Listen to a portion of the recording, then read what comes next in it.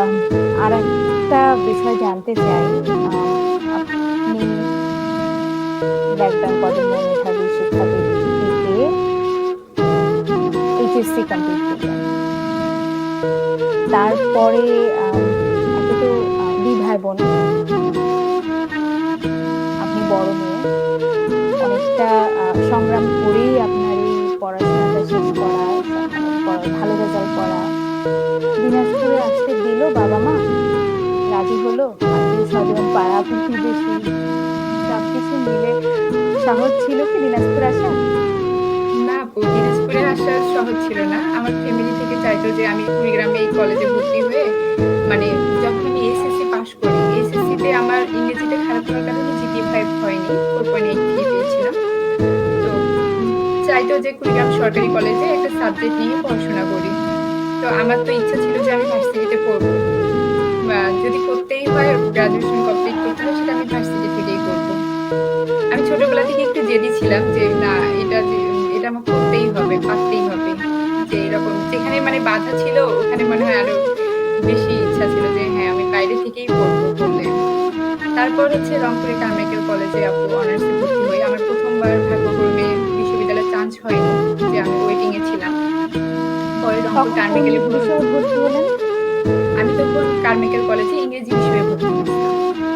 ইংরেজিতে খারাপ করার কারণে মনে হয়েছে যে ইংরেজি নিয়েই পড়বো। দেখা যাক কি আছে কপালে। তখন ইংরেজিতে ভর্তি হইছি। হওয়ার পর তারপর তবুও আমার মন টানতেছিল না যে হ্যাঁ, আমি এখান থেকেই হচ্ছে আমার বাকি পড়াশোনাটা শেষ করব। মনে হচ্ছিল যে আমি যেহেতু ২য় বার সুযোগ আছে আরেকবার তাহলে আমি সুযোগটা কাজে লাগাই। তখন হচ্ছে আমি 2nd টাইমে প্রিপারেশন নেওয়া শুরু করি এবং তার পাশাপাশি আমি ইংরেজি বিষয়েও পড়াশোনা করি। ইন কোর্স পরীক্ষাগুলো দিয়েছিলাম। এবং হচ্ছে প্রিপারেশনও নিয়েছিলাম। যে 2nd টাইমে প্রিপারেশন নেওয়ার কারণে আমি ৬ টা বিশ্ববিদ্যালয়ে ফর্ম উঠাই। তার মধ্যে দেখা গেছে যে ৪ টা বিশ্ববিদ্যালয়ে মেরিটে ছিলাম এবং একটা বিশ্ববিদ্যালয়ে ভর্তি পরীক্ষায় ১ম হয়েছিলাম। বাহ! আর ২ টা বিশ্ববিদ্যালয়ে হচ্ছে জাহাঙ্গীরনগর বিশ্ববিদ্যালয়ে ৩৬১ সিরিয়াল এসেছিল আমার। কিন্তু সাবজেক্ট পাইনি শেষ পর্যন্ত। কিন্তু আমার ঢাকাতেই পড়ারই বেশি ইচ্ছা ছিল। ভাগ্যে ছিল না। যার কারণে দিনাজপুর। বাসা থেকে তো ১ম এ আসতেই দিতে চাচ্ছিল না যে এত দূরে হচ্ছে পড়াশোনা করা হবে না। তো আমি হচ্ছে বুদ্ধি করেই হচ্ছে কুড়িগ্রামের ফর্ম না উঠাই রংপুরের ফর্মই উঠাইছিলাম। আর 2nd টাইম যে প্রিপারেশন নিবো এটা বাসা থেকে জানতো না। শুধু আমার আম্মুই জানতো। আম্মু হচ্ছে বিষয়গুলোতে আমাকে অনেক সাপোর্টিভ ছিল আমার মা পড়াশোনার বিষয়গুলোতে।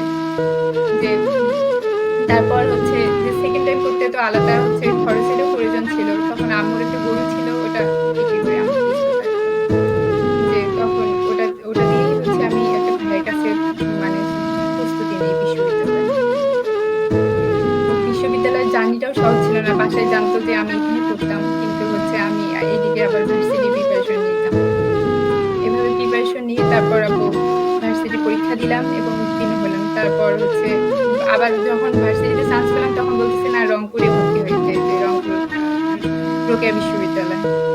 তখন দিনাজপুর তাজ মহাদানিস বিশ্ববিদ্যালয় ভালো লেগেছিল। তারপর এখানেই ভর্তি হওয়া। আ এখন একটু আরেকটা বিষয় জানতে চাই।